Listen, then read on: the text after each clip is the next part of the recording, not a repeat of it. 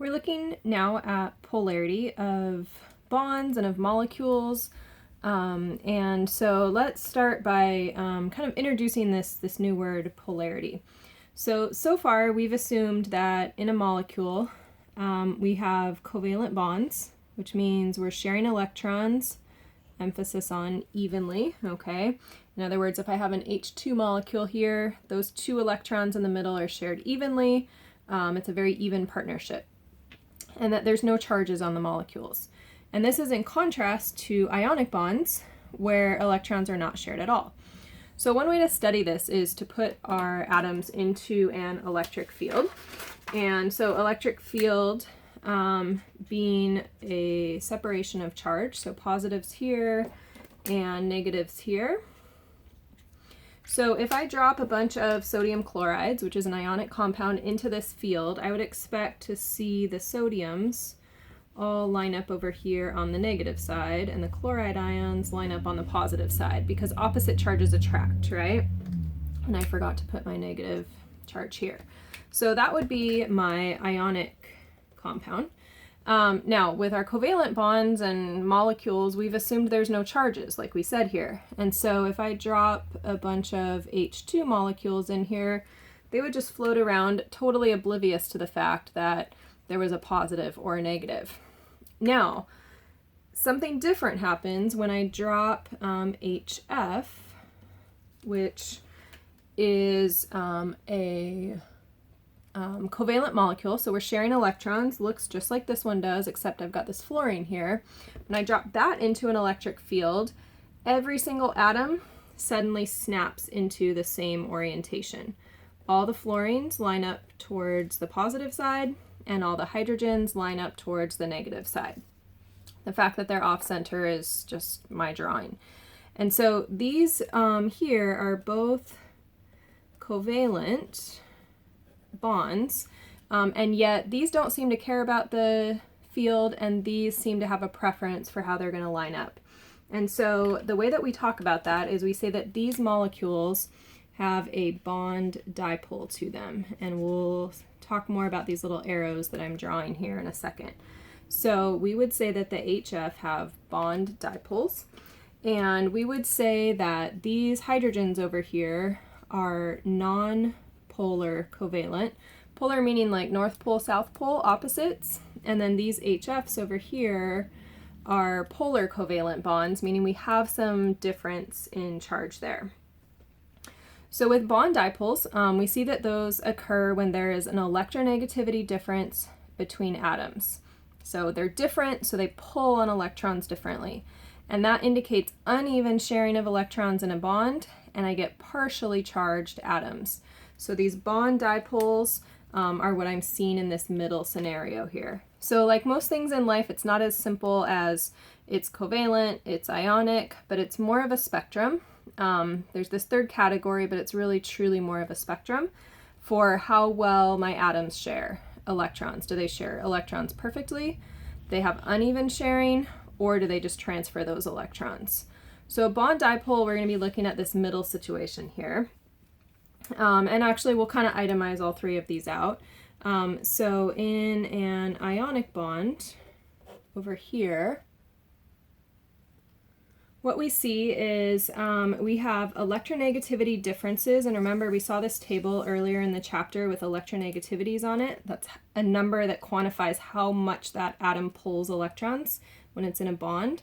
So if I have an electronegativity difference of about 1.7 or greater, then I would say these ionic bonds form. So there's no electron sharing in an ionic bond.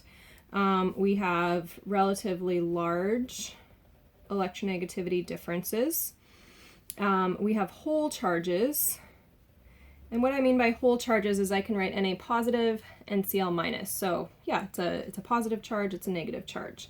And if I look at the sodium and the chloride, the electronegativity of the sodium is 0.9 and chloride is 3.0, and so that's a relatively large electronegativity difference. Over here at the other extreme, we have what we call nonpolar covalent bonds. So instead of just calling them covalent bonds, now we're specifying that they are nonpolar, all right? So these have even or equal electron sharing. I think of these as twins sometimes. My twins are identical, my boys at home here, and so no one can ever beat the other one very well in arm wrestling or basketball or a board game or anything. They're very even with each other, and that would be like these identical atoms here. So they share evenly, and these would be electronegativity differences that are very small or non-existent at all. So our electronegativity differences are going to be somewhere between 0 to about 0.4. If I have two hydrogen atoms, then that would be a 2.1 and a 2.1, so even. Carbon with hydrogen would be 2.5 and 2.1, so 0.4. So these are, I'm just going to say twins or very close to twins, okay? And if I were to sketch this out, if I have hydrogens that are bonded together, don't forget I've got these electrons here in the middle. That's what these dots are. And I could just draw an even oval because it's kind of like a tug of war that nobody's going to win, okay? That's what a nonpolar covalent bond is. So looking in the middle then, this is our new category. These are going to be what we call polar covalent bonds, with polar being our new piece. Polar covalent bonds, and these have uneven electron sharing. So there's still sharing going on, right? They're still covalent, but it's not even. And so this is to say, hey, actually that fluorine is pulling on the electrons a little bit more. And so here I do have some electronegativity difference, kind of a middle of the road. It's going to be about 0.5 to 1.7 as that difference. So more uneven than this, but not quite so uneven that it becomes ionic. And as a result, instead of whole charges, what I see here are partial charges. And so if I were to sketch out an H that is bonded to an F, I have those electrons, right?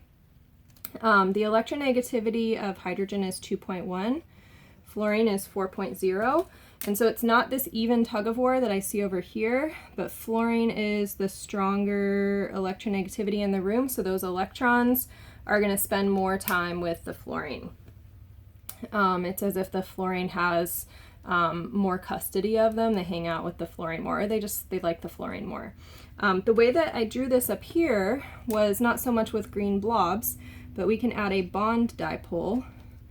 I draw the arrow to show where the electrons are going, and then I leave a little positive over here to say that it's kind of positive by hydrogen and kind of more negative by the fluorine. And I would also be able to note this with this Greek lowercase delta. So that's a lowercase delta positive or a lowercase delta negative. And this means partial positive. And this means partial negative.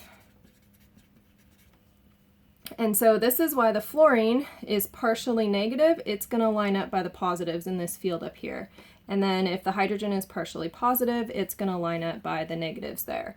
And this is another way that we can, another synonym we can have here, is we can say that this is a polar bond. So bond dipole, this arrow, these partial charges, or polar bond, they all mean the exact same thing. So next up, we will see how these bonds go into molecules, and we'll look at the polarity of molecules.